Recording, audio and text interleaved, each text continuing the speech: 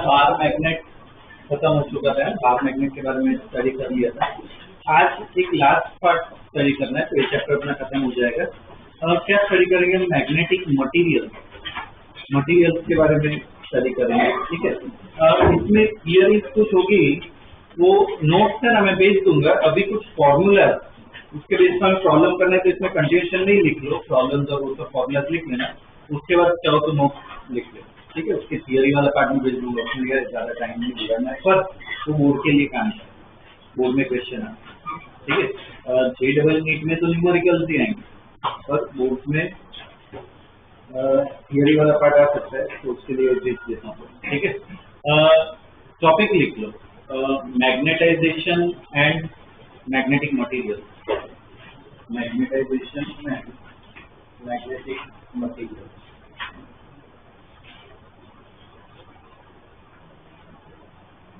Magnetisation and magnetic material, ठीक है। तो इसमें देखो कोई भी एक मटेरियल हो, अभी कुछ भी मत लिखना, फॉर्मूला भी कहते हैं तो साइड पे लिख लीजिए। हालांकि ये मटेरियल ऐसे ग्राउंड है, कोई भी मटेरियल का बना। अब इसमें क्या है, जो इलेक्ट्रॉन्स होते हैं, एटम्स है, इलेक्ट्रॉन्स होते हैं, इलेक्ट्रॉन्स रिवॉल्व करते हैं ऑर्बिट में। एक्चुअली ऐसा होता नहीं है, आगे पढ़ेंगे, ठीक है। और अभी के लिए चलेगा, इलेक्ट्रॉन्स क्या ऐसे ऑर्बिट करते हैं मान लो, और हर एक का ओरिएंटेशन क्या है, रैंडम होगा, ठीक है, ऐसे ऑर्बिट करेंगे हर जगह। तो अब देखो एक चार्ज ऑर्बिट कर रहा है, चार्ज घूम रहा है, इसका मतलब क्या, कैसे करंट घूम रहा है, समझते, करंट घूम रहा है, इस ऑर्बिट का कुछ एरिया होगा, तो इसमें हमें क्या मिलेगा, मैग्नेटिक मूवमेंट। हर एक एटम का, हर एक इलेक्ट्रॉन का क्या मिलेगा, मैग्नेटिक मूवमेंट मिलेगा। तो इसका मैग्नेटिक मूवमेंट मान लो इस तरफ, इसका इस तरफ होगा, इसका यहाँ से होगा, इसका इधर होगा। तो ऐसे बहुत सारे मैग्नेटिक मूवमेंट्स मिलेंगे अलग अलग, सबको ऐड करो तो टोटल मैग्नेटिक मोमेंट मिला, डिवाइडेड बाय इतना वॉल्यूम स्पेस, इतने स्पेस में ये भरा हुआ, तो उसको हम क्या कहते हैं, मैग्नेटाइजेशन कहते हैं। क्या कहते हैं, मैग्नेटाइजेशन। कैपिटल एम से डिनोट होता है मैग्नेटाइजेशन, कैपिटल एम से डिनोट करते हैं। वो क्या होता है, total dipole moment, net dipole moment upon volume. ठीक है, ये क्या मिलता है हमें, मैग्नेटाइजेशन। ओके, जनरली मेजॉरिटी जो मटेरियल होते हैं उसमें ऐसा ओरिएंटेशन क्या होता है, रैंडम, ये सब वेक्टर्स है, रिजल्टेंट क्या होता है। ठीक है, तो मैग्नेटाइजेशन भी क्या होता है। मान लो ऐसा कोई मटेरियल है जिसमें अलाइनमेंट एक जैसा ही है, ये जो एरोज बन रहे हैं, एरोज ऑलमोस्ट एक ही डायरेक्शन में ऐसे मिलते, तो क्या कुछ होगा, मैग्नेटाइजेशन। तो ये मैग्नेट की तरह बिहेव, मैग्नेट का यही मतलब है, उनका मैग्नेटाइजेशन है, जीरो नहीं होता, कुछ अलाइनमेंट होता है। तो ये सब क्या है, मिला के एक मैग्नेटिक फील्ड क्रिएट है। तो मैग्नेटिक मटेरियल में मैग्नेटाइजेशन क्या, जीरो नहीं होता। बाकी जनरल ऑब्जेक्ट में देखो मैग्नेटाइजेशन क्या हो जाएगा, जीरो। ठीक है, ये इसका क्या कहते हैं, इसे मैग्नेटाइजेशन। ओके, अब इसमें दूसरा जो पार्ट है, इसमें से बस मटेरियल की स्टडी करेंगे। मान लो एक सोलेनॉइड है, ठीक, एक सोलेनॉइड, ये सोलेनॉइड की बीच की स्पेस एम्प्टी होती है, तो क्या करते हैं, इसमें ऐसे एक रॉड, सिलिंड्रिकल रॉड डालते हैं, ठीक, सिलिंड्रिकल रॉड डालते हैं। तो अब क्या होगा, इसमें मैं करंट फ्लो करवा रहा हूँ, ठीक है, करंट फ्लो हो रहा है, तो ये क्या करेगा, सोलेनॉइड खुद की फील्ड बनाएगा, मैग्नेटिक फील्ड। तो मैग्नेटिक फील्ड क्या होगी, ऐसे अंदर की तरफ पास होगी। तो मैग्नेटिक फील्ड का फॉर्मूला याद है, वो हमने पढ़ा था, मैग्नेटिक फील्ड जो है क्या, बी इक्वल टू, सोलेनॉइड की अगर बात करें तो क्या होगा, बी नॉट ले लेते हैं, क्या होता है फॉर्मूला है, B naught n I, small n क्या होता है, number of turns per unit length, क्या होता है, total number of turns per unit length. ये क्या होती है, उसकी मैग्नेटिक फील्ड। अब ये अभी जो पढ़ा मैग्नेटाइजेशन वाला, मैग्नेटिक फील्ड इस तरफ है, ये ऐसे इलेक्ट्रॉन्स होंगे, ऐसे छोटे छोटे डाइपोल्स है, तो बताओ कुछ फर्क पड़ेगा ये डाइपोल से। हमने लास्ट क्लास में पढ़ा, डाइपोल को एक फील्ड में रखो तो क्या लगता है इनसे, टॉर्क, तो रोटेट करना स्टार्ट होते हैं, तो उसकी वजह से ना ये फील्ड क्या करेगा, सोलेनॉइड क्या करवाएगा, इनको ना ऐसे अलाइन कर देगा। 100% अलाइनमेंट नहीं होगा, पर कुछ तो अलाइनमेंट मिलेगा। तो अगर इधर अलाइनमेंट मिल जाए तो मटेरियल भी क्या है, खुद की फील्ड भी बनाएगा। अगर पूरा अलाइनमेंट मुझे मिल गया तो मटेरियल क्या है, खुद की फील्ड भी बनाएगा, तो ओवरऑल फील्ड क्या होगी, बढ़ जाएगी अंदर, एक सोलेनॉइड की वजह से और किसकी वजह से, मटेरियल की वजह से। तो नेट मैग्नेटिक फील्ड, तो नेट मैग्नेटिक फील्ड जो है मटेरियल के अंदर वो क्या होती है, एक सोलेनॉइड करंट की वजह से तो होती है, और किसकी वजह से मिलती है, मटेरियल की वजह से मिलती है, नेट मैग्नेटिक फील्ड होती है। ये एक फॉर्मूला देखिए, ये दूसरा फॉर्मूला, ठीक है, ये पॉइंट मेन है, ये सोर्स इधर से इधर इक्वेशन करने वाले। कोई भी मटेरियल सोलेनॉइड ही होता है, उसमें एक मटेरियल डालो, सोलेनॉइड की खुद की फील्ड तो होगी, मटेरियल अलाइनमेंट की वजह से, मैग्नेटाइजेशन की वजह से मटेरियल खुद भी फील्ड बनाएगा, तो टोटल फील्ड कितनी होगी, दोनों को क्या करना है, ठीक है। अब मुझे बताओ, अगर इसका मैग्नेटाइजेशन अच्छा है, अच्छा है मतलब अलाइनमेंट अच्छा है, तो मैग्नेट फील्ड बढ़ेगी या कम, अलाइनमेंट इसका प्रॉपर हो तो मैग्नेट फील्ड बढ़नी चाहिए या कम, बढ़नी चाहिए। अलाइनमेंट अच्छा है तो सारे वेक्टर्स इस तरफ ऐड होंगे, तो मैग्नेटाइजेशन बढ़ाओ तो मैग्नेटिक फील्ड भी क्या होती है, बढ़ती है। तो यहाँ पे मैग्नेटाइजेशन में क्या बोल सकते हैं, जो मटेरियल की फील्ड है ना, वो किसके प्रोपोर्शनल होती है, मैग्नेटाइजेशन के प्रोपोर्शनल होती है। जितना अच्छा फील्ड बने उतनी क्या होगी यहाँ पे फिर मटेरियल की फील्ड क्या होगी, स्ट्रॉन्ग होगी। कांस्टेंट डाले इसमें, अगर मैं कांस्टेंट डालूं तो यहाँ पे कांस्टेंट क्या आता है, म्यू नॉट, क्या आता है, ओके, तो डायमेंशन मैच करके ला सकते हो, और एक्सपेरिमेंट से भी आता है। तो यहाँ पे अगर ये मैं सब्स्टिट्यूट कर दूँ तो मेरी इक्वेशन क्या बनेगी, B equal to B naught plus क्या लिख सकते हैं, वी नॉट एन, क्लियर है। अब यहाँ पे ये न्यू आएगा, तो न्यू आएगा, मटेरियल पे डिपेंड करता है कौन सा मटेरियल, ठीक है। अब क्या करते हैं, इस इक्वेशन को म्यू से डिवाइड करते हैं, तो b by mu naught equal to क्या आ गया, b naught by mu plus क्या आ गया एम आई, ठीक है, ये मेरी इक्वेशन आ गई। अब b by mu, b naught by mu, ये किसका रूल है, इधर करंट का रूल है, करंट की वजह से जो बन रहा था वो, तो इधर ना एक और नया डेफिनेशन बनाते हैं, उसको हम कहते हैं मैग्नेटिक इंटेंसिटी, क्या कहते हैं, मैग्नेटिक इंटेंसिटी, किससे डिनोट करते हैं, कैपिटल एच, क्या है वो, ये ठीक है। अब एक मिनट, इसमें ना म्यू नॉट ही रहता है, ठीक है, ये इसका फॉर्मूला है, इसका मैग्नेटिक इंटेंसिटी, तो इसको मैं यहाँ से सब्स्टिट्यूट कर दूँ, तो b by mu naught equal to क्या गया, h प्लस है, तो b इक्वल टू क्या गया, mu naught into h plus है। अब इस इक्वेशन को समझो, ठीक है, रखने की जरूरत नहीं, लॉजिक से समझ सकते हैं। b इक्वल टू क्या है, म्यू नॉट इंटू m, ये तो कांस्टेंट है, h और m ये दोनों का क्या रोल है, h जो है क्या, magnetic intensity, m is what, magnetization, ये किसकी वजह से आता है, करंट की वजह से, सोलेनॉइड में करंट जो जा रहा है वो, ये किसकी वजह से आता है, मटेरियल की वजह से, जो एक्स्ट्रा मटेरियल डाला है वो। तो ये इक्वेशन क्या कहती है, नेट मैग्नेटिक फील्ड चाहिए तो एक करंट की वजह से मिलेगा, और किसकी वजह से मिलेगा, मटेरियल की वजह से, ठीक है ना, इसको कहते हैं मैग्नेटिक इंटेंसिटी, इसको कहते हैं मैग्नेटाइजेशन, ठीक है। सोलेनॉइड के लिए बी नॉट का फॉर्मूला ये है, इसको यहाँ पे डालो, तो एच की इक्वेशन क्या है, और सोलेनॉइड बोलो एच की इक्वेशन क्या है, B naught by mu naught है, इसमें यहाँ पे डालो, म्यू नॉट कैंसिल, तो एच इक्वल टू क्या आ जाएगा, मैग्नेटिक इंटेंसिटी का फॉर्मूला क्या होता है, एन इंटू आई, किसकी वजह से आता है, करंट की वजह से, क्लियर है, ठीक। अब बस एक और लास्ट पार्ट है, बाद में डायरेक्ट प्रॉब्लम पे आ जाएंगे।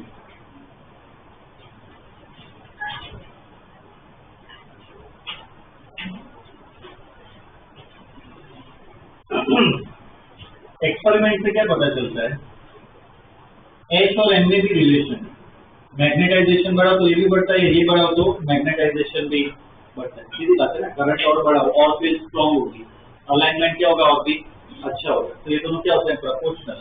यहाँ पे एक और कॉन्स्टेंट है, जैसे साइड से डिनोट करते हैं, इसको क्या कहते हैं, ससेप्टिबिलिटी, ठीक है, इसको हम कहते हैं ससेप्टिबिलिटी। ससेप्टिबिलिटी का मतलब क्या है, ससेप्टिबल का मतलब क्या होगा कि कितना वो उसके इन्फ्लुएंस में आ सकता है। अगर ससेप्टिबिलिटी ज्यादा है मतलब अलाइनमेंट क्या होगा, अच्छा होगा, ससेप्टिबिलिटी कम है तो अलाइनमेंट क्या होगा, कम होगा। ससेप्टिबिलिटी अगर नेगेटिव,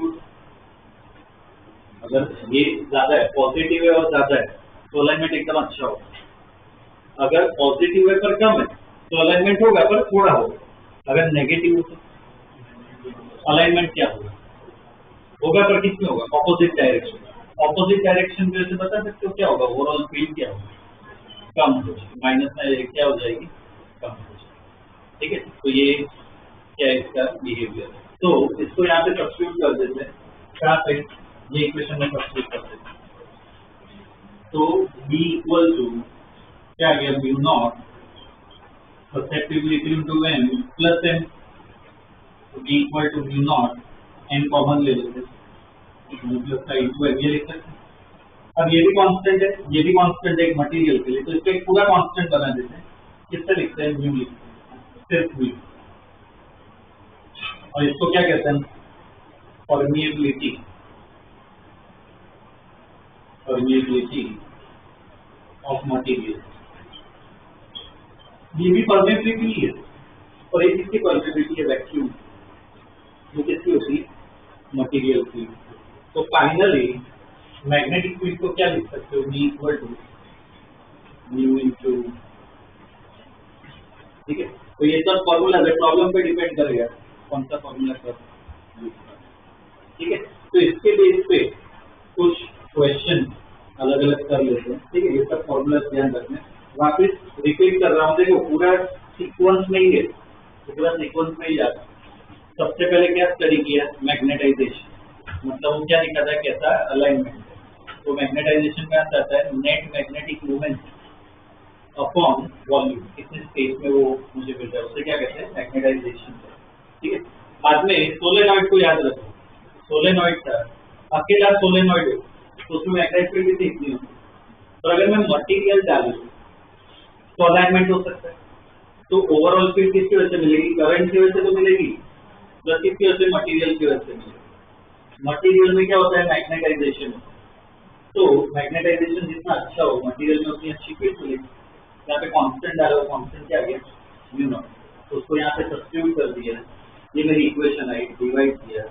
इसमें करंट का रोल है, तो हम नई टर्म डिफाइन करते हैं, डायमेंशन मैच करने के लिए क्या डिफाइन करते हैं, मैग्नेटिक इंटेंसिटी, किससे डिनोट करते हैं, एच।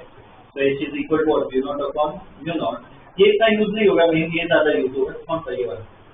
सोलेनॉइड की बात करें तो डी कितना होता है, म्यू नॉट एन आई, यहाँ पे डाल दिया, एच इक्वल टू क्या है, एन आई, किसके लिए, सोलेनॉइड।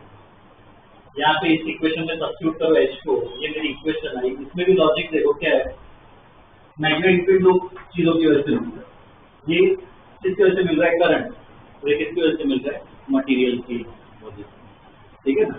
और आगे रिलेशन देखा तो क्या है, एच और एम में भी रिलेशन, तो जो कांस्टेंट आता है उसे कहते हैं ससेप्टिबिलिटी, यहाँ पे सब्स्टिट्यूट कर दिए, तो ये मेरी फाइनल इक्वेशन है, ठीक है ना। तो इसके बेसिस पे जो बॉक्स बना है ना, जितने भी प्रॉब्लम्स हैं बॉक्स के ही सॉल्व हो जाए, ठीक है। तो अभी यहाँ पे ऐसे ही लिख के ही रख रहा हूँ, तो मैं इतनी जरूरत नहीं यहाँ से यूज करता हूँ, ठीक है। डायरेक्ट प्रॉब्लम्स आ जाएंगे, नोट्स में भेज दूंगा, उसमें ये सब है फॉर्मूला, थियरी में ये सब पार्ट आता है, ठीक है।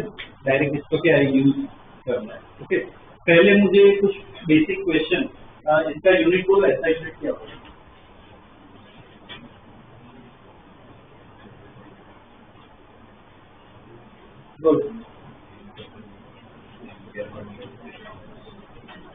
इसका याद है, एम्पियर मीटर स्क्वायर, इसका क्या होगा, मीटर क्यूब, तो क्या है, एम्पियर पर मीटर, ठीक है ना। ये इसका यूनिट होता है एम्पियर पर मीटर। इसका यूनिट बताओ, इसका यूनिट बताओ, इधर से अगर ढूंढने जाओगे, इसका टेस्ला है, इसका फिर याद करने बैठोगे, बेटर ऑप्शन है एग्जाम का नॉलेज यूज होगा। हमेशा यूनिट पूछा तो यूनिट डायमेंशन का कंसेप्ट यूज करो। देखो ये इक्वेशन, अगर मैं दो चीजों को प्लस कर रहा हूँ, मतलब पक्का उनके डायमेंशन और यूनिट क्या मैच होना ही चाहिए, सभी प्लस माइनस कर रहा हूँ, तो जो एंटा यूनिट होगा वही क्या होगा, एक्स्ट्रा क्या है, एम्पियर। ये फॉर्मूला है इसका, एम्पियर। इसका क्या होता है, नंबर ऑफ टर्न पर यूनिट लेंथ, तो नीचे लेंथ क्या आएगा, मीटर आएगा, एम्पियर पर मीटर, ठीक है। ये यूनिट हमें पता होना चाहिए। ये तो सिर्फ एक कांस्टेंट है, डायमेंशन लेस, डायमेंशन लेस, ये पार्ट पता होना चाहिए। Permeability of medium is the first, इसके बेस पे कुछ क्वेश्चन कर लेते हैं, ठीक है। इसमें लिखो क्वेश्चन, डायरेक्ट इसमें क्वेश्चन ही लिख लो, इसके नोट्स बाद में अलग से लिख लो, ठीक है। कंटिन्यूशन पे लिख लो डायरेक्ट क्वेश्चन। देखो, solenoid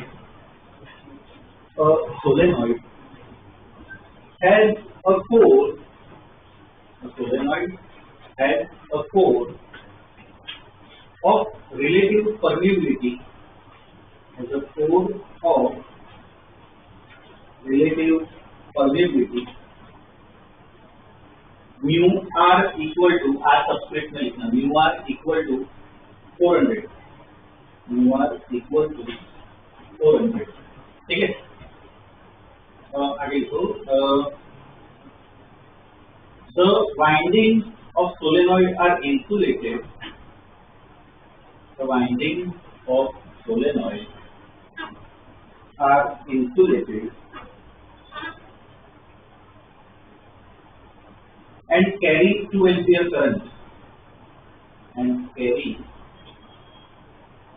2 ampere current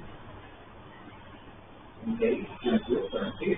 If number of turns per unit length, if number of turns per unit length is 1000, if number of turns per unit length is 1000 meter inverse, number of turns per unit length is 1000 meter inverse, then find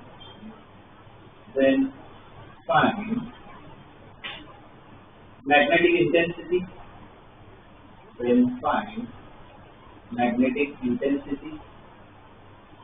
comma magnetization,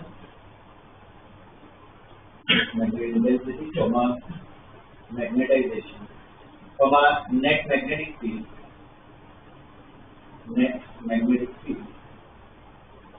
and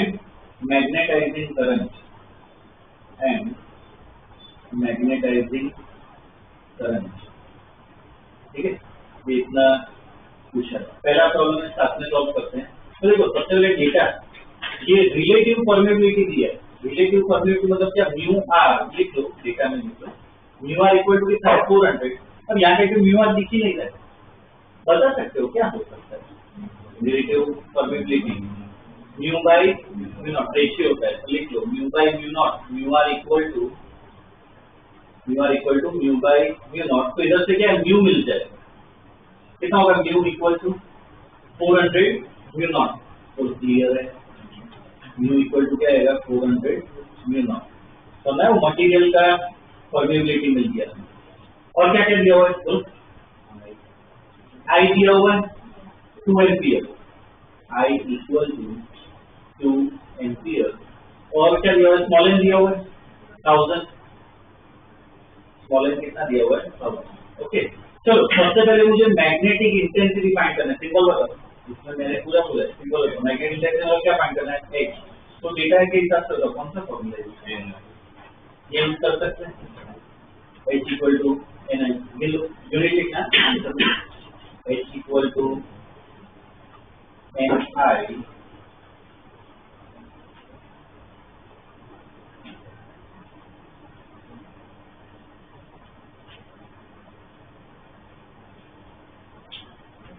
H equal to N I. कितना होगा, 2000 क्या ampere per metre. ठीक है, ये अपना H आ गया 2000 ampere per metre. अब क्या निकालना है, आपके मैग्नेटाइजेशन मतलब कैपिटल एन निकालना है. कैपिटल एन के लिए देखो ये वाला फॉर्मूला यूज कर सकते हैं. डाइपोल मोमेंट भी नहीं पता है, वॉल्यूम भी नहीं पता है, कुछ नहीं दिया, तो ये यूज नहीं कर सकते. कहीं और ढूंढो. ये तो अभी लिखा है, बाकी याद रखना. ठीक है, बोलो. और जरूरी नहीं है बॉक्स में ढूंढो, कहीं और भी ढूंढ सकते. बोलो क्या होगा, H मिल गया, जो मिला है उसका भी यूज करो. ये क्या फॉर्मूला यूज कर सकते, कौन सा, H इक्वल टू, देखो H इक्वल टू क्या है, ससेप्टिबिलिटी टू M. ठीक है, अगर ये मुझे पता हो तो M मिल जाए. ये कैसे निकाल सकते हैं, ये यूज कर सकते हो.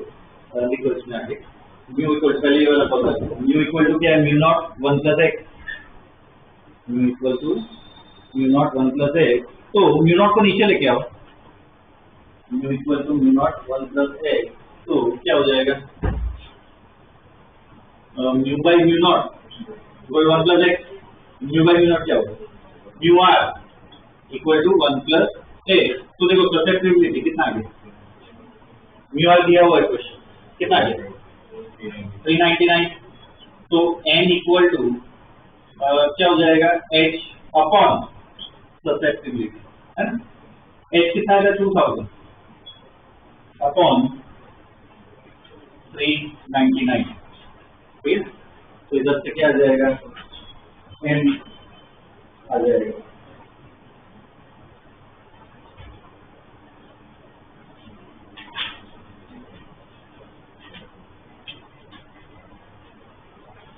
एक मिनट इसमें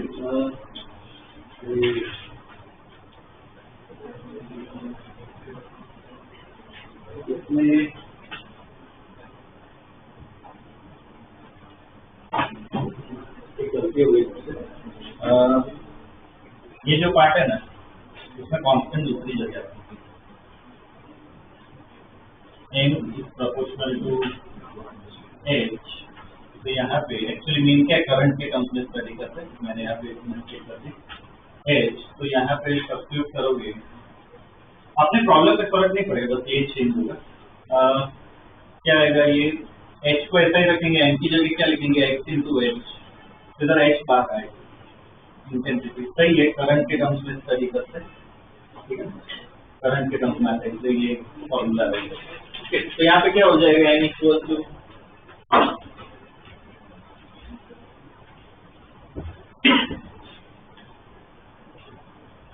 n इक्वल टू क्या आ जाएगा x इंटू h, 399 इंटू 2000 कितना हो जाएगा ये 698,000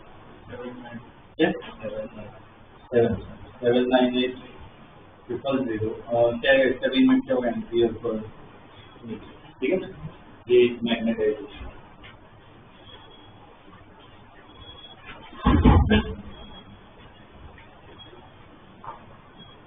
ओके, उसके बाद क्या पूछा है, मैग्नेटिक फील्ड पूछी, कौन सा कॉम्प्लेक्स मैग्नेटिक फील्ड पूछी है, मतलब बी निकालना है, कौन सा यूज करें, ये यूज कर सकते हैं। इक्वल क्या होगा म्यू इंटू एच, एच पता है म्यू कितना होगा, म्यू कितना होगा 400 म्यू नॉट, तो B equal to mu into H, तो 400 into mu naught into H, तो 400 म्यू नॉट की वैल्यू क्या है, म्यू नॉट अपन 4 पाई की वैल्यू याद है ना 10⁻⁷, तो म्यू नॉट की वैल्यू क्या होगी 4 पाई इंटू 10⁻⁷, एच अपना आ गया है, एच कितना है 2000, ठीक है ना, तो ये डी मिल जाएगा।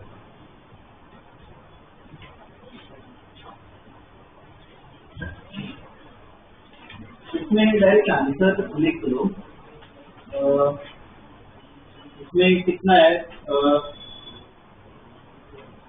0.325 टेस्ला, 0.325 टेस्ला, मतलब इसकी वैल्यू अप्रॉक्स 1 जितनी है, 1 टेस्ला जितनी है, ठीक है।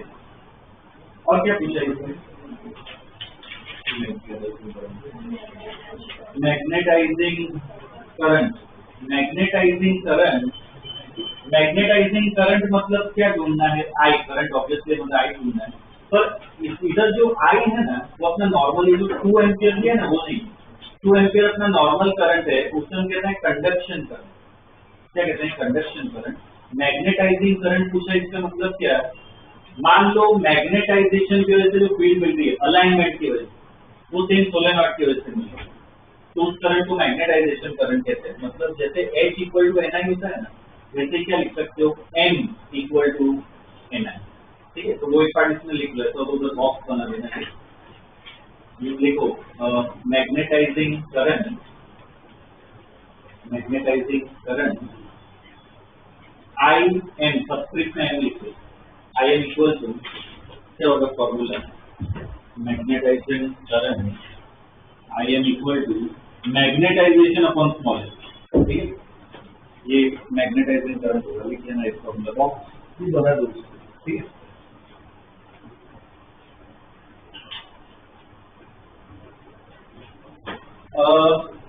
तो ये इन लोग कितना मैग्नेटाइजेशन आ गया था ना, मैग्नेटाइजेशन कितना था 798,000 अपॉन एन कितना था 10,000, तो IM कितना आ गया 798 एम्पियर, ठीक है, ये आ गया अपना मैग्नेटाइजेशन करंट, ठीक है।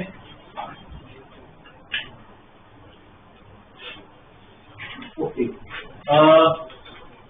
इसके अलग अलग प्रॉब्लम कर लेते हैं, फॉर्मूला देख दिए, ठीक है, इसका फॉर्मूला देख जाएगा, लिखो नहीं, susceptibility of material is 99 susceptibility of material is 99. Find permeability of the material. Find permeability of the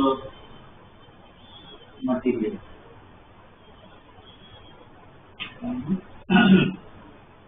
Find permeability of the material. Permeability मतलब क्या निकालना है? मटेरियल क्या निकालना मतलब क्या निकालना? म्यू, सिर्फ म्यू निकालना। एक्स दिया हुआ है कितना है? 99। म्यू निकालना है। अब खुद डिसाइड करो कौन सा फॉर्मूला यूज करोगे। म्यू निकालना है, पाई के टर्म्स में ही रखना, आंसर चलेगा।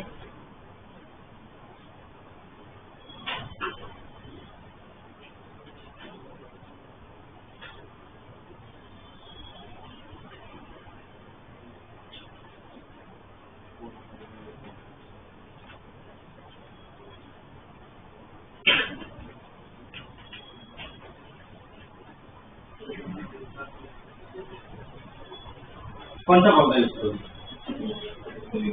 ये वाला यूज करेंगे। म्यू इक्वल टू क्या है? Mu naught 1 plus x. 1 plus x कितना होगा? 100 into mu naught. Mu naught की वैल्यू क्या होगी? 2 5 10 7। तो फाइनल आंसर क्या है? 4 पाई इंटू 10 टू माइनस 5 होगा। 4 पाई इंटू 10 टू माइनस 5। ऐसे टाइप के क्वेश्चन आते हैं कैलकुलेशन के, इसमें जीरो नहीं दोनों ऐसे टाइप का फॉर्मूला बस याद होने चाहिए। क्वेश्चन ऐसे सिंपल ही है। ओके, नेक्स्ट क्वेश्चन देखो, a paramagnetic material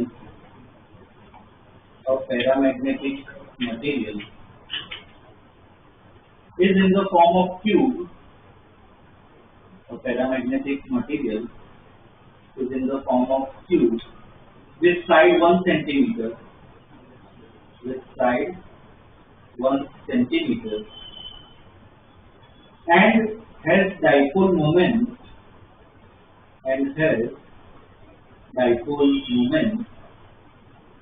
of 20 into 10 raised to minus 6. 20 into 10 raised to minus 6 joule per Tesla. 10 raised to minus 6 joule per Tesla when magnetic intensity is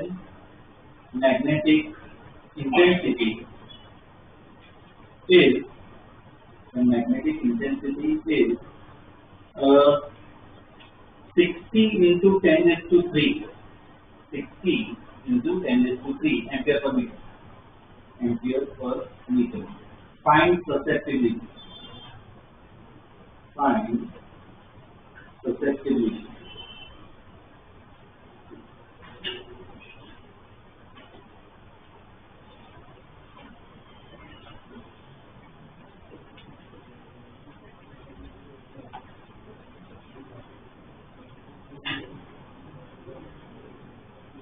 इसमें से data देखो कौन सा formula use करेंगे। Susceptibility मतलब ये x निकालना है, तो देखो क्या क्या निकाल सकते हो। डेटा जो दिया उसका थोड़ा सा कैलकुलेशन करना है।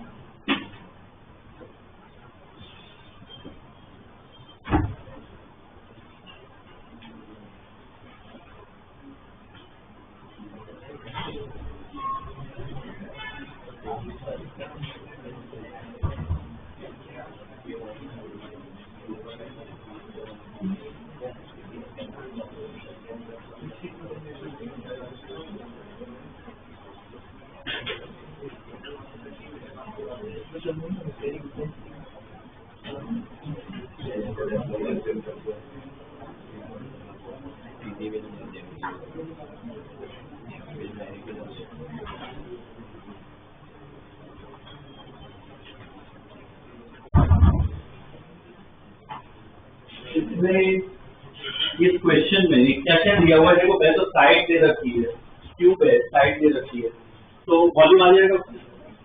अब इसमें देखो ऐसे एक्सपेक्ट डेटा है जैसे पैरामैग्नेटिक मटेरियल, अभी हमने पढ़ा ही नहीं है पैरामैग्नेटिक मटेरियल क्या है, आगे मैं बताऊंगा, पर हमें उससे लेना देना ही नहीं है। इधर मेन क्या डेटा कंसर्न है। लेंथ दे रखी है तो वॉल्यूम निकाल सकते हैं। कितना आएगा volume?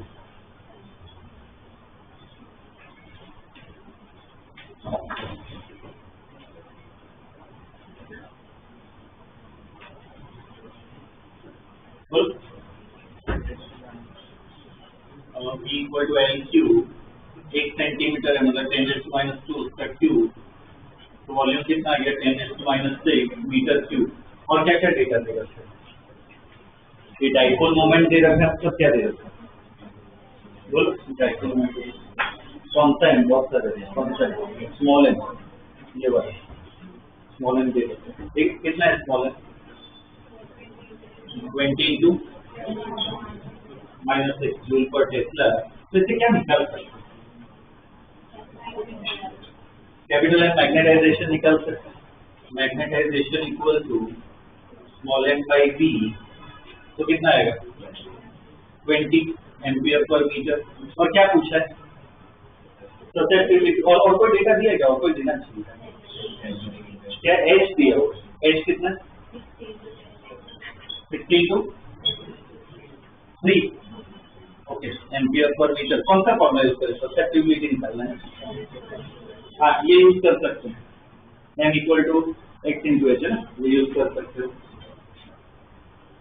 m equal to x into H, तो x equal to m by H कितना है 20/16 × 10⁻3, तो कितना आ गया ये 0.33 × 10⁻⁻, ठीक है ना, इसका कोई यूनिट नहीं होता, डायमेंशनलेस क्वांटिटी, ठीक है।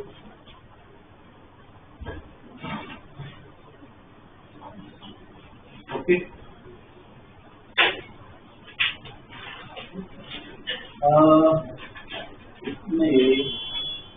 Next question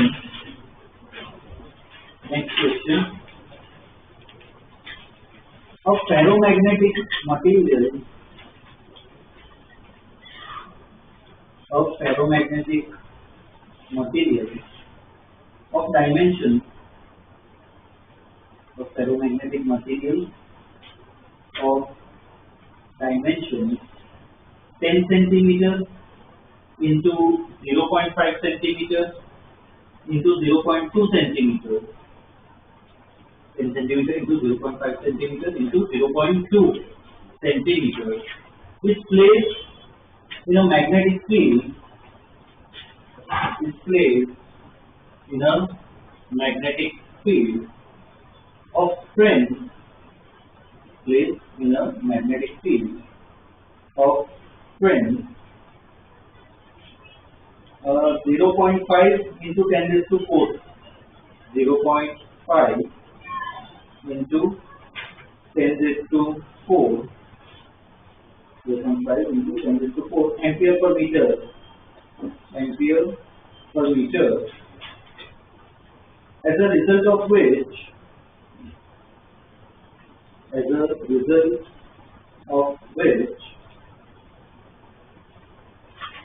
a magnetic moment, as a result of which a magnetic moment of 5 ampere meter square, magnetic moment of 5 ampere meter square is produced in the rod, produced in the rod, produced in the rod. ठीक है, find magnetic induction,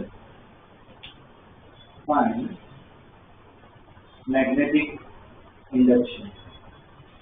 इसमें ना पहले main data लिख लो और क्या पूछा है वो भी सोचो, जैसे अलग अलग वर्ड जिसमें यूज होंगे, हमें क्या क्लू पता है क्या होता है, जैसे मैग्नेटिक इंडक्शन इसमें दिया हुआ है, पर इधर मैं बता देता हूँ, मैग्नेटिक इंडक्शन ऑप्शन में ना यूनिट में टेस्ला दिया हुआ है, मैग्नेटिक इंडक्शन पूछा है और ऑप्शन में ना टेस्ला है, हर एक के ऑप्शन में, मतलब क्या पूछा,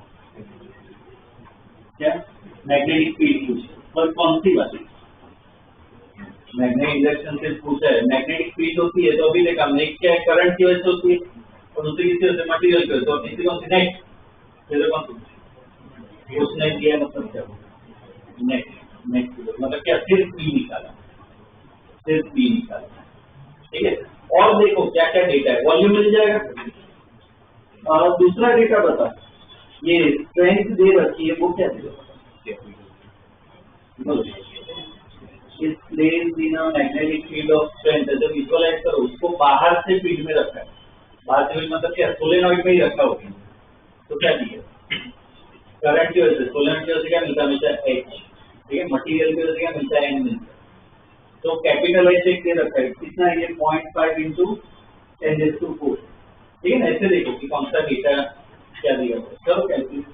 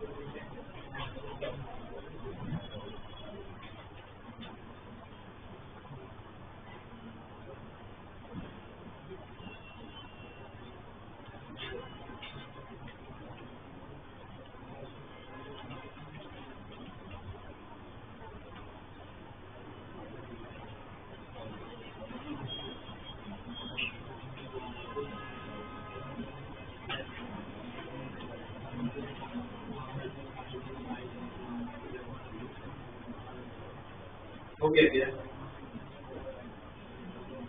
आ रहा है आंसर, कैलकुलेट करते हैं।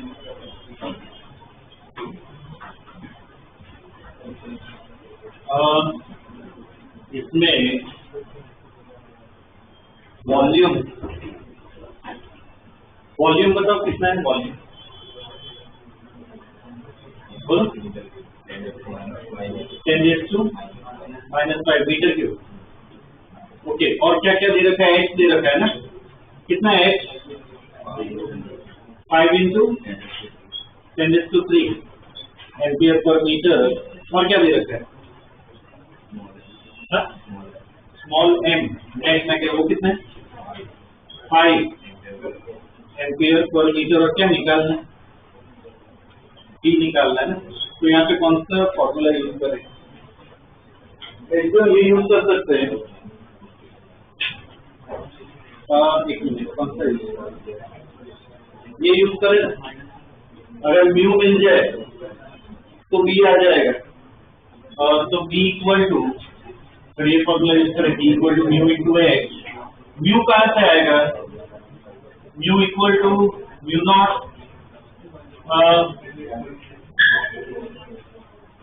इसमें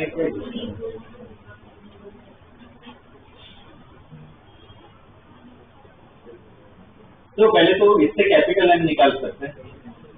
कैपिटल एम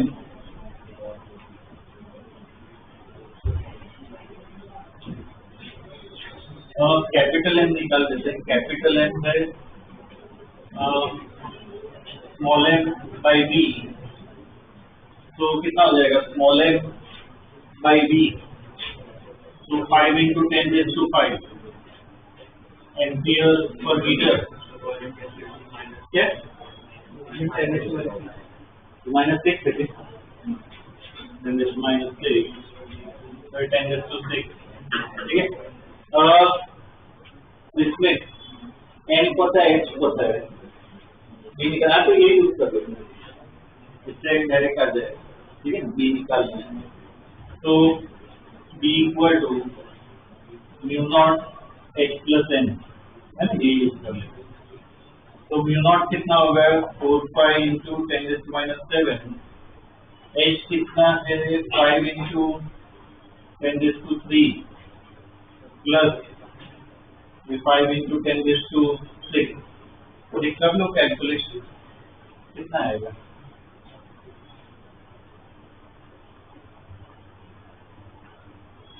10⁻³ कॉमन ले सकते हो इसमें, तो कितना आ जाएगा 4 into 10⁻⁴, ये 5 बचा, इधर क्या होगा 5000, तो 5005, तो बी इक्वल टू कितना हो जाएगा, ये इसको 4 से मल्टीप्लाई करो तो कितना होगा 20020 है ना, 20,020, 5 into 10⁻⁴, तो ये बी को क्या लिख सकते हो 2.0025 इंटू, बस ये हो जाएगा, देखो इंटू 10⁴ इसको लिख सकते हैं, तो ये कैंसिल हो जाएगा, ये अपना आंसर आएगा। मतलब इसको अप्रोक्स 2 भी लिख सकते हैं। पाई की वैल्यू 3.14, मतलब कितना गया 6.2810 प्लस, ठीक है, ये अपना आंसर है। ओके,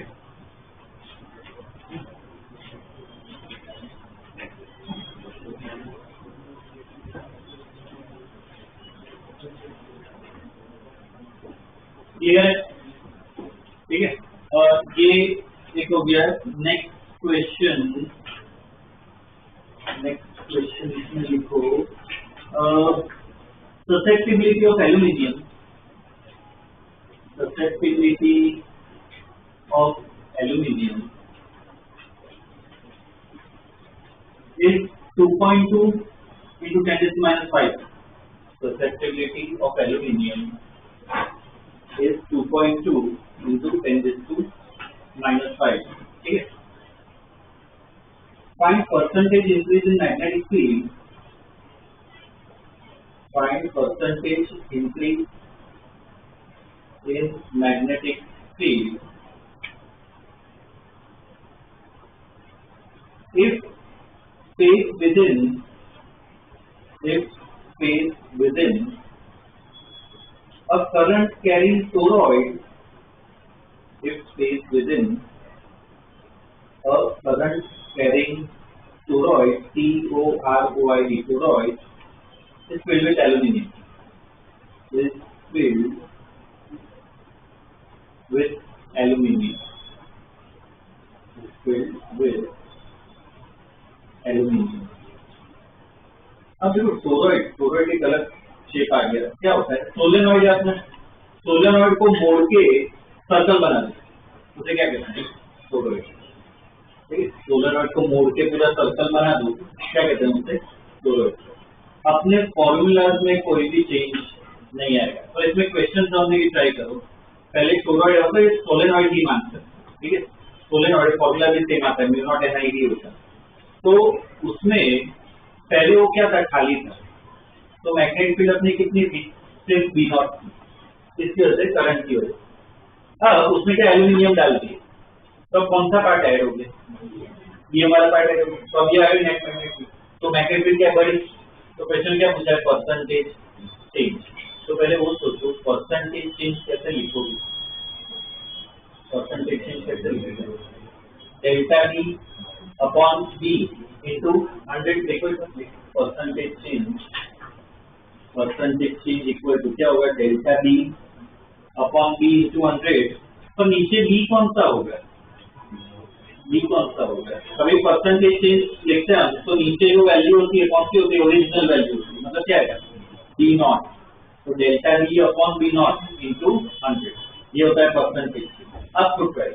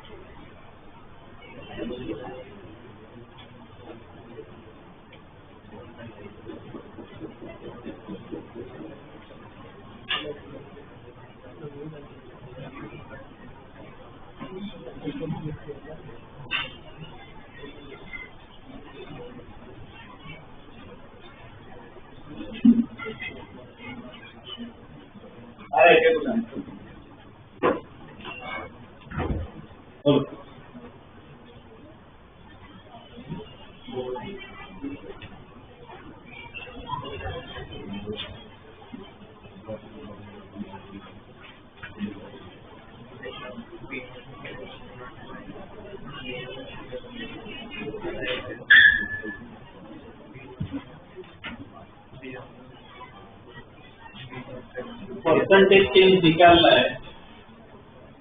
परसेंटेज चेंज क्या होगा? Delta B by B naught into 100। अब डेल्टा बी का मतलब क्या है? शुरू पहले फाइनल मैग्नेट फील्ड क्या होगी? B net magnet field minus initial क्या थी? B naught upon B naught into 100। तो बी को क्या लिख सकते हैं? B naught plus B M, तो ऊपर क्या है? सिर्फ बी एम बचे अपॉन बी नॉट इंटू 100। तो इसमें देखो क्या लगा सकते हैं?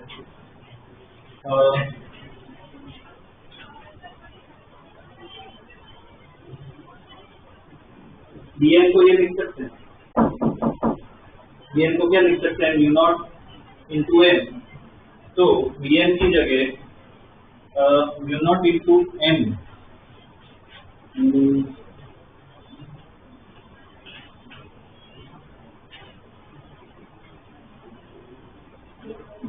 फिर ससेप्टिबिलिटी दी हुई ना, तो इसमें क्या करें?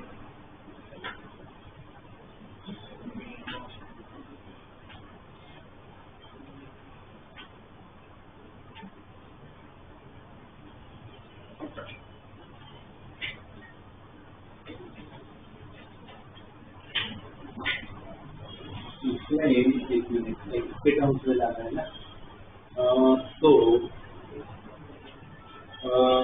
इसमें देखो क्या कर सकते हैं, इसको एक ही टर्म्स में लाना है। बीको में क्या लिख रहा हूँ? ये लिख रहा हूँ mu into H. B naught को क्या लिख सकते हैं? देखो सिमिलर बी नॉट को क्या लिख सकते हैं? Mu naught into H upon B naught कितना है? B naught into H into 100। H अब कॉमन होकर कैंसिल हो जाएगा, तो mu minus mu naught upon mu naught into 100। Mu naught से दोनों को डिवाइड करो, mu by mu naught minus 1 into 100। Mu by mu naught देखो क्या लिख सकते हो? वी बाई वी नॉट क्या लिख सकते हो 1 प्लस एक्स, तो ये 1 plus x subjectivity minus 1 into 100, तो कितना आ गया सब्जेक्टिविटी इंटू 100, कितनी दी थी सब्जेक्टिविटी 2.2 इंटू माइनस 5 इंटू 100, तो क्या है आंसर 2.2 इंटू 10⁻³ आ गया। ठीक, तो ऐसे कैसे करके कन्वर्ट कर, ठीक है।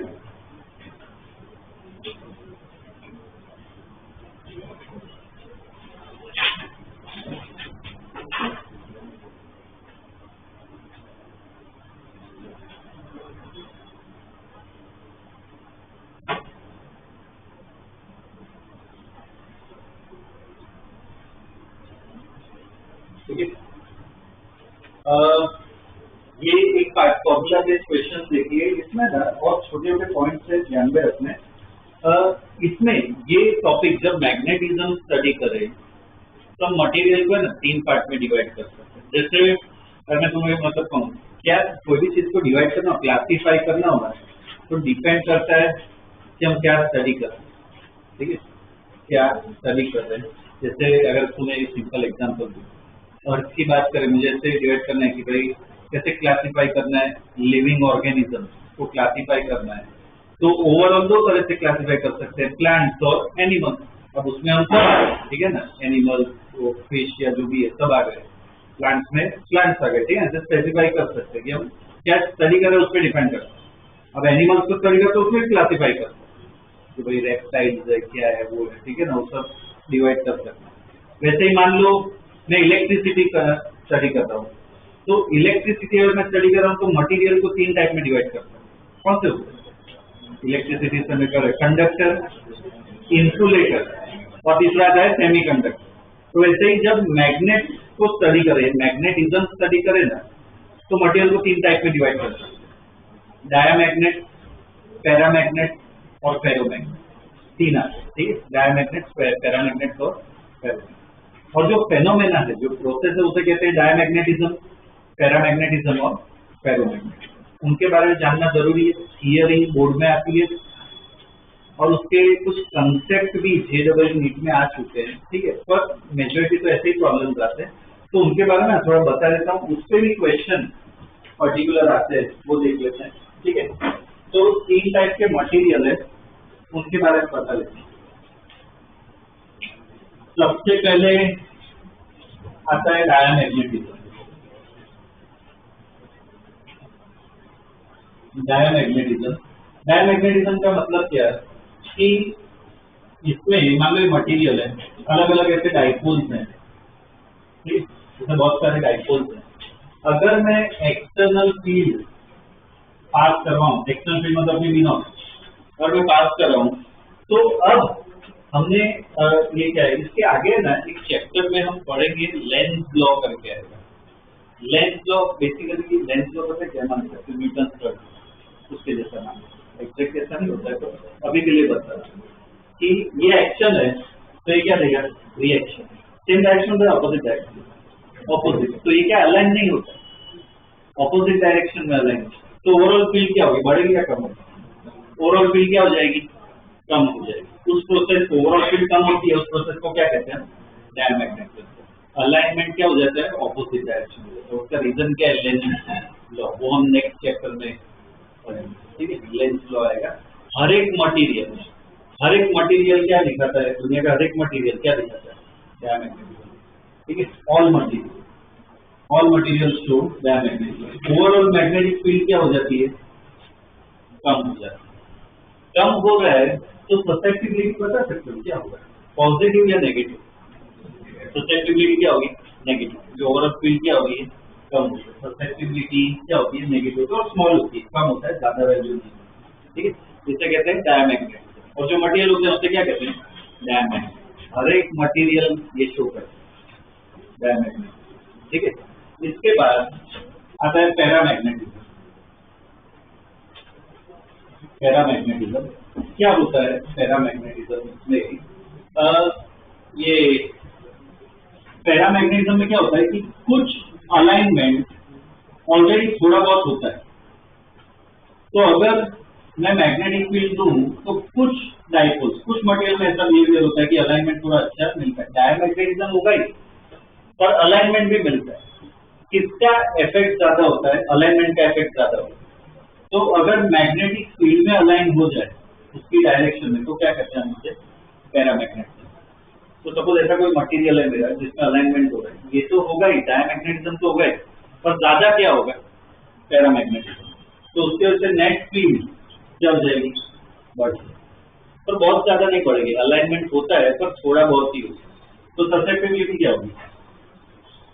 पॉजिटिव होगी और क्या होगी? पर स्मॉल, कम वैल्यू होगी। अभी हमने लास्ट प्रॉब्लम किया एल्यूमिनियम, एल्यूमिनियम की ससेप्टिबिलिटी देखो, पॉजिटिव थी पर एकदम कम थी ना, 2.2 × 10⁻⁵। मतलब एल्यूमिनियम कौन सा मटेरियल है? पैरामैग्नेटिक। एल्यूमिनियम क्या है? पैरामैग्नेटिक। मतलब उसमें अलाइनमेंट होता है पर क्या होता है? थोड़ा ही। ठीक है। कुछ अलग टाइप के मटेरियल्स आते हैं जिनको हम कहते हैं फेरोमैग्नेटिज्म। ठीक है, स्टील और वो सब हो गए। तो उसमें क्या होता है?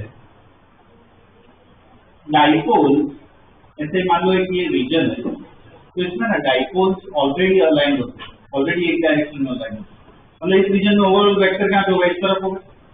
जैसे छोटे छोटे रीजन बनते हैं, उसका उनका क्या होता है? ओवरऑल डाइपोल होता है। तो सब रीजन को मिला दो तो रैंडम हो जाएगा। सब रीजन को मिला दो तो क्या रैंडम हो जाएगा? इस रीजन को, एक छोटे रीजन को क्या कहते हैं? डोमेन कहते हैं। तो ऐसे बहुत सारे डोमेन्स बनते हैं मटेरियल में, और तो डोमेन्स का क्या अलाइनमेंट होता है। अब इधर अगर फील्ड पास करो, इधर अगर फील्ड पास करो तो डोमेन्स क्या होंगे? ऑलमोस्ट अलाइन हो जाएंगे। ऑलमोस्ट 100% नहीं होंगे, वैसे ऑलमोस्ट अलाइन हो जाएंगे उसकी डायरेक्शन। अब डोमेन्स है, डोमेन्स की साइज काफी बड़ी आती है, तो इसमें अलाइनमेंट हो रहा है, बहुत स्ट्रॉन्ग हो रहा है। डायमैग्नेटिज्म इसमें भी होगा, कुछ होंगे डाइपोल्स जो उसको अपोज करेंगे, और वो बहुत कम होता है। ये जो है वो बहुत स्ट्रॉन्ग होता है, तो उसके वजह से मैग्नेटिक फील्ड क्या है? ओवरऑल बढ़ जाती है, पर बहुत ज्यादा बढ़ जाती है, बहुत ज्यादा बढ़ जाती है। तो इसकी ससेप्टिबिलिटी क्या होगी? पॉजिटिव। और क्या होगी? हाई होगी। स्टार्टिंग में कुछ प्रॉब्लम्स किए थे ना, उसमें ससेप्टिबिलिटी हाई होगी। वैसे मटेरियल्स को क्या कहते हैं? फेरोमैग्नेट। क्या कहते हैं? फेरोमैग्नेट। ठीक है। अब मुझे बताओ, यूज पे डिपेंड करता है। अगर मुझे एकदम स्ट्रॉन्ग मैग्नेट बनाना, अच्छा मैग्नेट बनाना, कौन सा मटेरियल यूज करना चाहिए? फेरोमैग्नेट यूज करना है। अलाइनमेंट क्या है? बहुत अच्छा।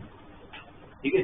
वैसे मटेरियल्स के यूज पे डिपेंड करता है कि हम क्या तरीका है। ठीक है। तो ये सब इंफॉर्मेशन क्या जानना जरूरी है। ओके। अब इसकी एक प्रॉपर्टी आती है, अगर मैं इनका टेम्परेचर बढ़ाऊं तो क्या लगता है? ये फील्ड वो सब उतनी है, ये जो बाहर से मैं फील्ड दे रहा हूँ V0 वो मेंटेन रख रहा हूँ, तो इसमें मैं टेम्परेचर बढ़ा रहा हूँ तो मैं हीट कर रहा हूँ। क्या लगता है इसका अलाइनमेंट और अच्छा होगा या अलाइनमेंट कम हो जाएगा? और मैं हीट दूं, टेम्परेचर बढ़ाऊं, क्या लगता है? इस वजह से क्या होता है?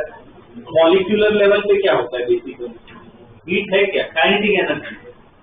और काइनेटिक एनर्जी एक ही डायरेक्शन होती है? रैंडम होती है। रैंडम होती है। वाइब्रेशन जो सब में कन्वर्ट होता है वो रैंडम होता है, तो क्या होगा? अलाइनमेंट बिगड़ जाएगा। वाइब्रेशन कभी कोई सिस्टम में होते हैं तो ओवरऑल वो सिस्टम क्या होता है? बिखर जाता है।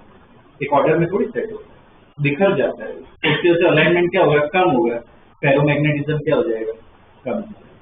तो मैरी क्यूरी एक पता है फिजिसिस्ट थी, उसने वो पता होगा रेडियम पे बहुत रिसर्च किया, रेडियो एक्टिविटी पे बहुत रिसर्च किया। नोबेल प्राइज जितना बहुत बड़ी बात होती है ना, साल में एक साल में एक ही बार मिलता है, और ज्यादा से ज्यादा 3 लोगों को मिलता है, उससे ज्यादा नहीं मिलता है। उसने 2 जीते, तो जो कितना रेयर हुआ, मतलब रेयरेस्ट ऑफ रेयर। ठीक है ना, उस लेवल की वो फिजिसिस्ट थी। तो उसने रेडियो एक्टिविटी और ये सब मटेरियल्स पे ना बहुत रिसर्च किया।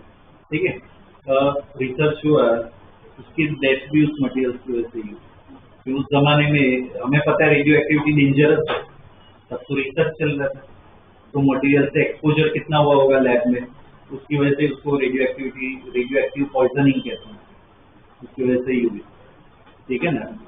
तो ये उसकी ऑनर में एक लॉ, क्यूरी लॉ कहते हैं उसे, वो फेरोमैग्नेट के लिए बहुत ही सिंपल लॉ है, उसकी इक्वेशन आती है, उसमें ना प्रॉब्लम था, तो वो एक स्टेटमेंट लिख लो स्टार बना के, वो है ना प्रॉब्लम्स में काम आएगा।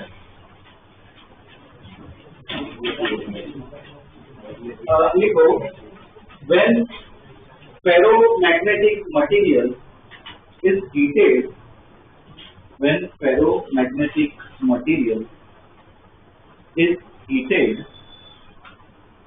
when ferromagnetic material is heated, its magnetization decreases. When ferromagnetic material is heated, its magnetization decreases. Magnetization is decreases. Continue में लिखो, the magnetization is inversely proportional. The magnetization is inversely proportional to the absolute temperature of the material.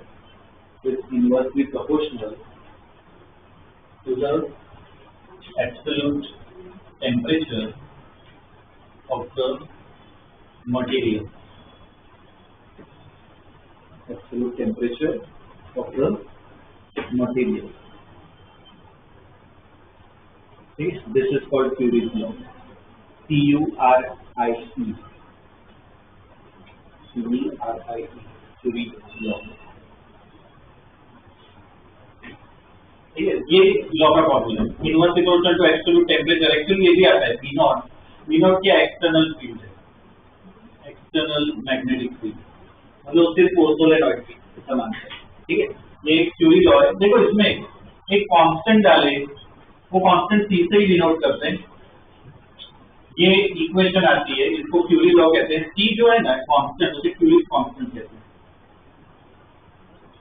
ठीक, उसे Curie constant कहते हैं। इसमें ध्यान दे दो, पूरा एक साथ ही लिखिए ना। इसमें ना दूसरा फॉर्मूला भी आता है, जो यूज करते हैं, प्रॉब्लम पे डिपेंड करता है। n को मैं क्या लिख सकता हूँ, ससेप्टिव लिखने को ऐसे लिख सकते हैं। P तो ऐसा ही रहेगा, B नॉट को क्या लिख सकते हैं, म्यू नॉट इनटू H लिख सकते हैं, और C तो ऐसा ही रहेगा, H कैंसिल। तो इसका दूसरा फॉर्म भी आता है इस लॉ का, susceptibility equal to C mu naught upon P। अब वो प्रॉब्लम पे डिपेंड करेगा कौन सा यूज करेगा। ठीक है, लिख लो।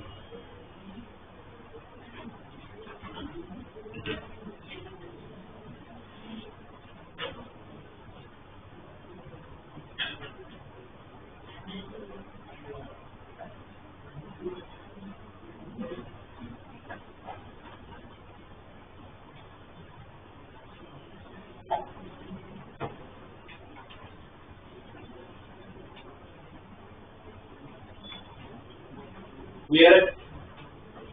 ठीक है, ये देख लिया। अब इसमें ये पार्ट हो गया। इसमें क्या ना, एक पर्टिकुलर टेम्परेचर आता है, इसका टेम्परेचर बढ़ाते ही जाओ तो एक मोमेंट पे क्या होगा, इसके ना ऐसे, मुझे बहुत अच्छा वीडियो मैंने देखा था इस पे, ये फेरोमैग्नेट पे क्या करते हैं इसमें, एक मान लो मैग्नेट है, अपना नॉर्मल बार मैग्नेट, ठीक है, वो किसका बना होता है, फेरोमैग्नेट ही होता है। तो उसको कोई मेटल के पास लो, तो मान लो छोटे छोटे पीस है मेटल के, तो सारे के अट्रैक्ट हो जाते हैं। अब क्या करते हैं उसको, वो नॉर्मल रूम टेम्परेचर पे, अब क्या करते हैं, वही मैग्नेट को ना उसमें गर्म करते हैं, ठीक है, एकदम हीट कर देते हैं, उसके बाद नजदीक लाने की ट्राई करते हैं। क्या होता है, वो उसने अट्रैक्ट कर पाएगा, अगर होगा तो कम होगा, बढ़ाते ही जाओ तो एक पॉइंट कैसा आता है कि ये अलाइनमेंट है, डोमेन पूरे टूट जाते। तो अब अलाइनमेंट बहुत कम हो जाता है, तो इसका मतलब फेरोमैग्नेटिक में कन्वर्ट हो जाएगा पैरामैग्नेट, और पैरामैग्नेट वीक होता है, काफी वीक होता है, तो जो अट्रैक्शन हो गया ऑलमोस्ट नील हो जाता है, मतलब वो डीमैग्नेटाइज हो जाता है।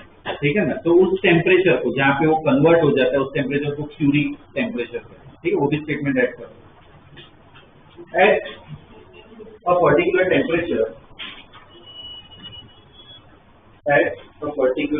Temperature, a ferromagnetic material, at a particular temperature, a ferromagnetic material loses its magnetization, loses its magnetization, loses its magnetization, and behaves like a paramagnetic material, and behaves like a paramagnetic material, paramagnetic material. ठीक है, full stop. This temperature is called Curie temperature. This temperature is called Curie temperature. Okay, तो क्या कहते हैं Curie temperature. Okay. Okay, इसके base पे एक question करते हैं जो क्यूरी लॉ है ना, सबको डिसाइड करना है, डेटा पे डिपेंड करेगा कौन सा फॉर्मूला यूज किया, ठीक है। देखो, अब paramagnetic sample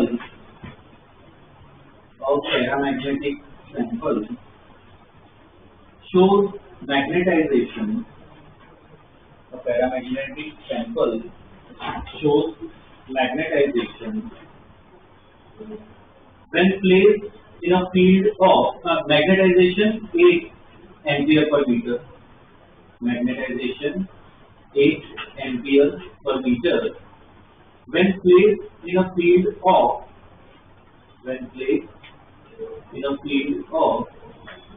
0.6 Tesla, 0.6 Tesla at 4 Kelvin, 0.6 Tesla at 4 Kelvin. ठीक है, full stop. Find its magnetization. Find its magnetization when the same sample is placed.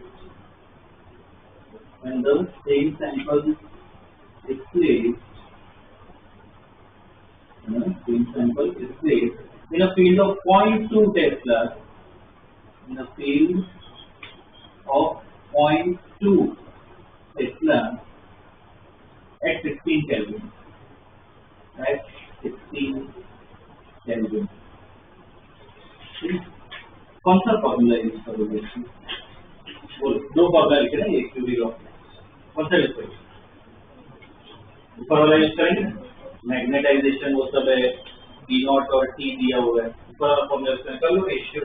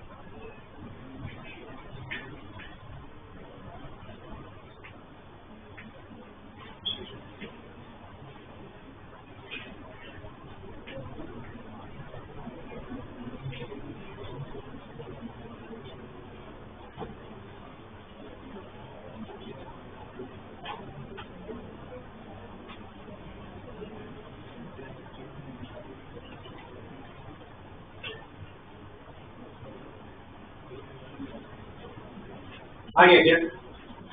Ratio से सॉल्व करना है।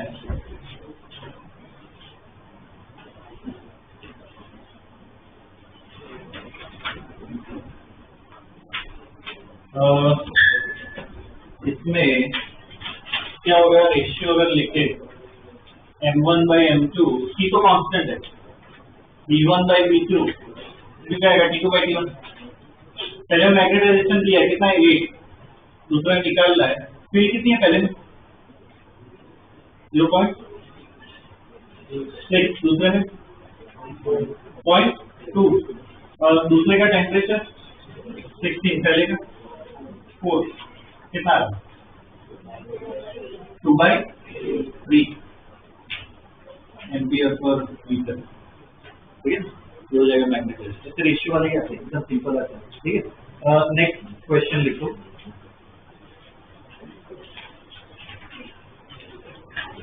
At 30 degree Celsius, at 30 degree Celsius, the susceptibility of ferromagnet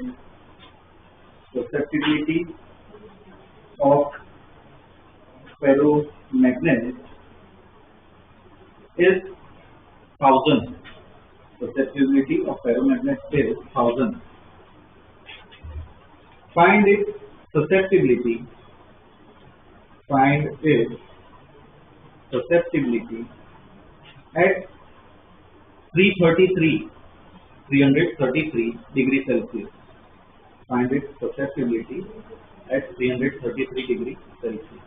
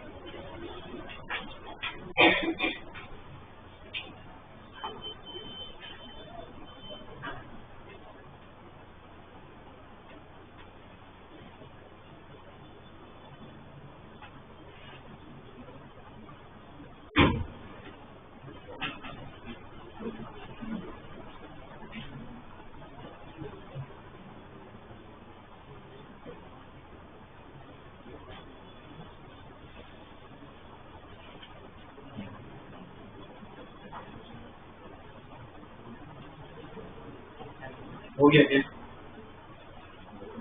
इसमें कौन सा दूसरा formula use करेंगे?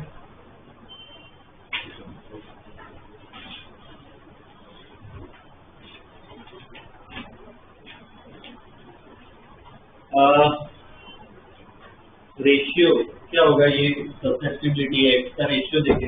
इधर देखो C और म्यू नॉट दोनों कांस्टेंट है, तो x1/x2 इक्वल टू क्या हो जाएगा? T2/T1। पहले में दिया हुआ है 1000, दूसरे में निकालना है। टेम्परेचर कितना है? 333 डालेंगे। ठीक है, एब्सोल्यूट टेम्परेचर केल्विन में कन्वर्ट करो। 333 प्लस 273 कितना होता है? 333 प्लस 273 कितना होता है? 606। और T1 कितना है? 30 डिग्री सेल्सियस, तो कितना होगा? 303। ऐसी गलती ना हो, ये एब्सोल्यूट टेम्परेचर होता है, सेल्सियस में डालो, ऑब्वियसली ऑप्शन में दिया ही होगा। कितना आ रहा है इधर से? 500। ठीक है ना, तो सब्जेक्टिविटी क्या हो जाएगी? 500 हो जाएगी।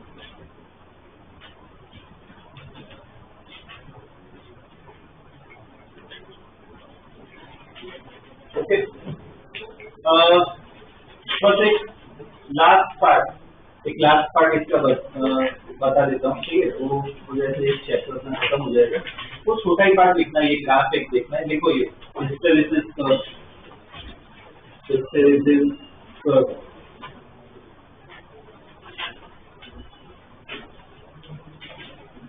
Hysteresis curve.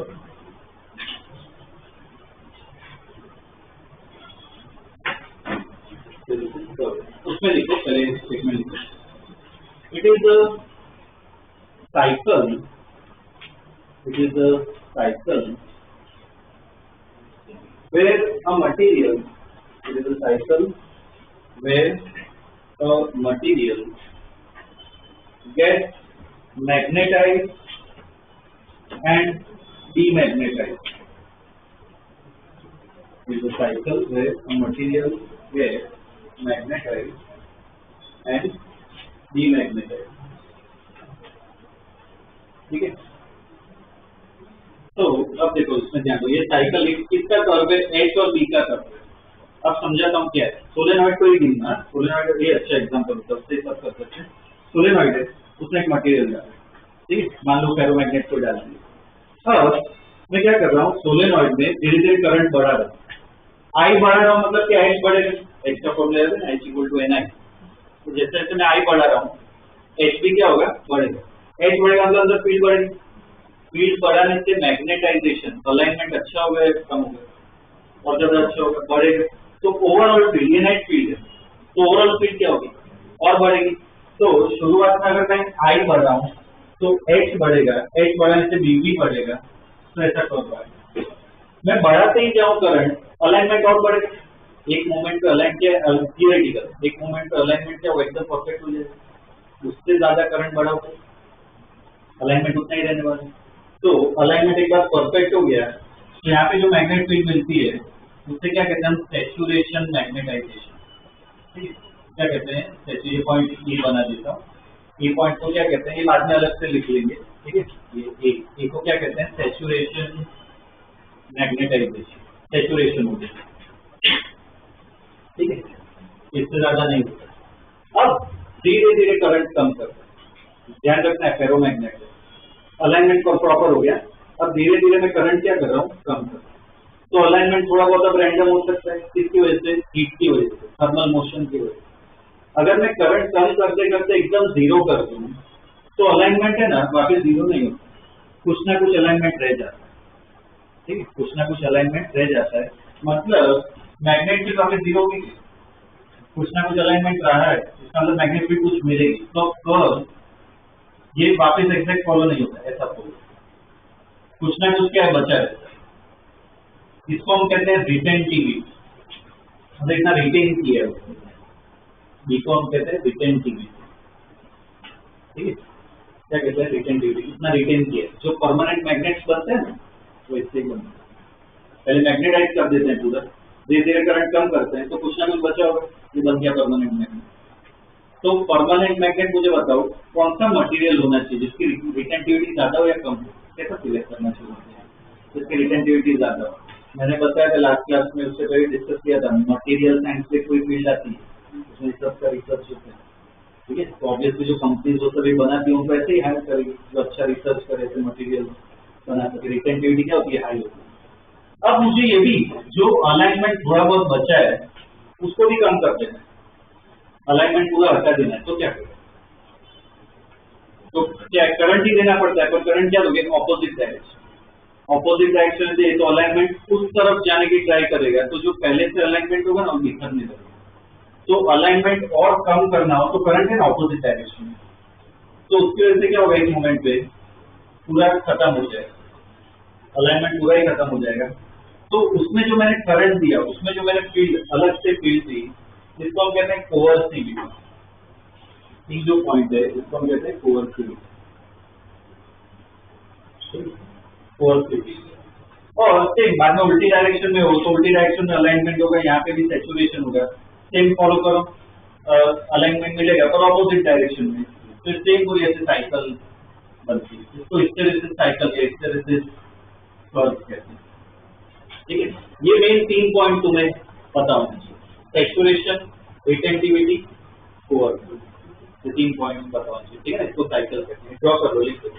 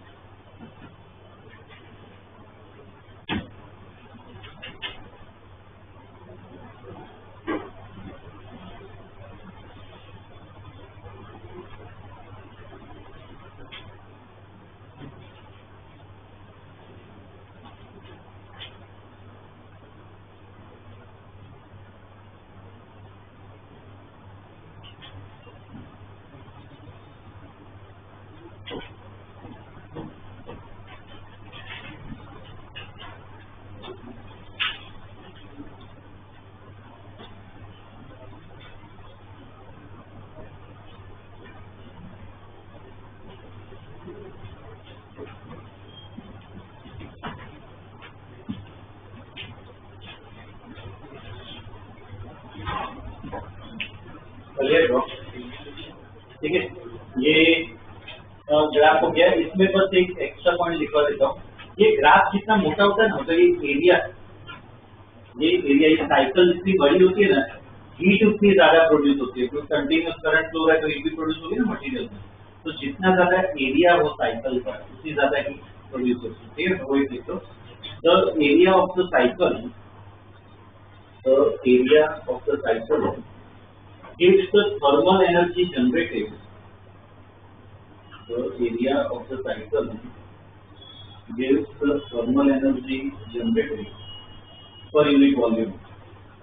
Per unit volume.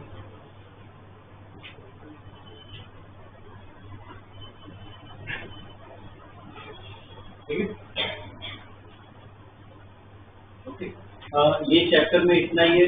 इसकी जो 2 डीपीटी मिली थी आगे, वो खत्म कर लो। इसकी भी एक भिजवा देता हूँ, ठीक है, पीडीएफ वो भी कर लेना। तो इतनी प्रैक्टिस ही ना समझ, इतना टेप नहीं है, ठीक है, उससे ज्यादा कुछ नहीं। और नोट्स के लिए मैं थियरी भेज रहा हूँ, ठीक है, तो वो प्रॉपर्ली ठीक है।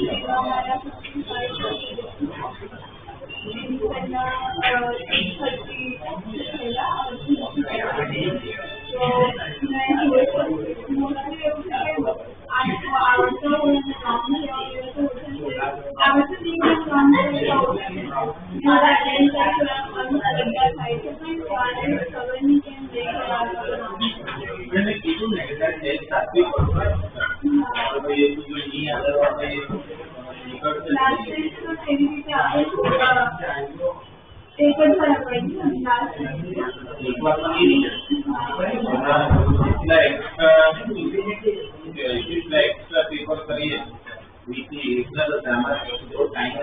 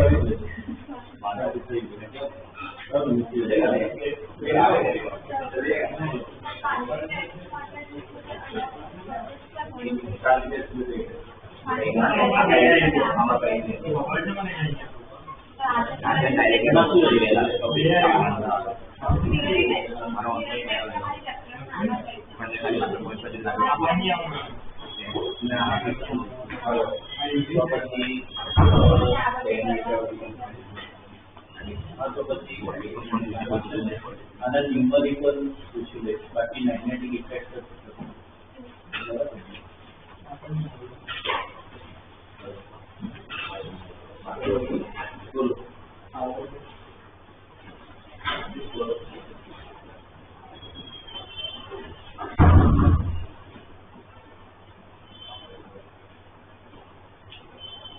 डाइपोल बनेगा ऊपर पॉजिटिव वाई तो डाइपोल वाई एक्सिस पर एक यहाँ से प्लस डी पर, एक प्लस 2d पर, एक અહીંયા છે ને એક અહીંયા છે, -2d પર શું છે -3, -d પર શું છે +3, અહીંયા છે +q, અહીંયા છે -q, બરાબર ને? તમારા ડાયપોલ ના ડાયપોલ એટલે વચ્ચે બનવા જોઈએ આ ડાયપોલ ની બનશે magnetic field on the x axis okay કઈ નહીં અહીંયા આપણે મેગ્નેટિક ફિલ્ડ જોઈએ છે તો પછી એને ડાયરેક્ટ સોલ્વ કરવું પડશે આ સ્મોલ ડી છે આ કેપિટલ ડી છે તો આને જે ફિલ્ડ ક્યાં જવા દો આ જે ફિલ્ડ ક્યાં બાજુ આગળ જો એંગલ આપણે થીટા લઈ લઈએ તો એંગલ પણ શું થશે થીટા તો બંને બાજુ કેટલું થઈ જશે E cos theta अपन कंप्यूटर पे तो अभी का 2 एक ने E के 2 है k q upon r square कितना થઈ જશે e square plus 1 square cos 2 હોય આ ટ્રાયેંગલ માં જોઈએ cos 2 એટલે base upon r d upon x ની પાવર કેટલી થશે 3/2 આ તો E આવ્યું બસ બીજાનું પણ આવી જશે તો આમાં હવે શું કરવાનું આ બહુ સ્મોલ છે આને શું કરીએ આપણે નેગ્લેક્ટ કરી દઈએ આ નીચે કેવું q d q ઉપર કેટલું છે d તો આવ્યું d तो इंडिया में भी કેટલા टोटल d रेस टू 4 है d raised to 4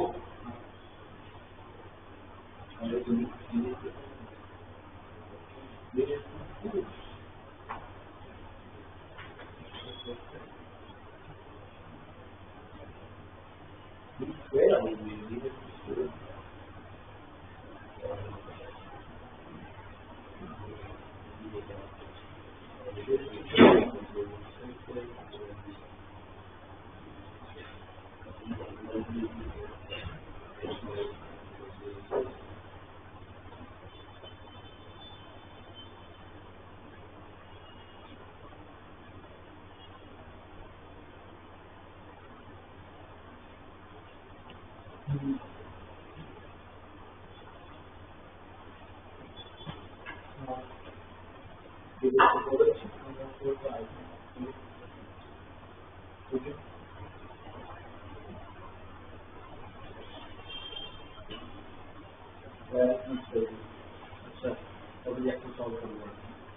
आप आनो आयो ने એ રીતના કોણ સોલ્વ આમ પછી એમ કે મેં બોલ્યું બાયનોમિયલ બરાબર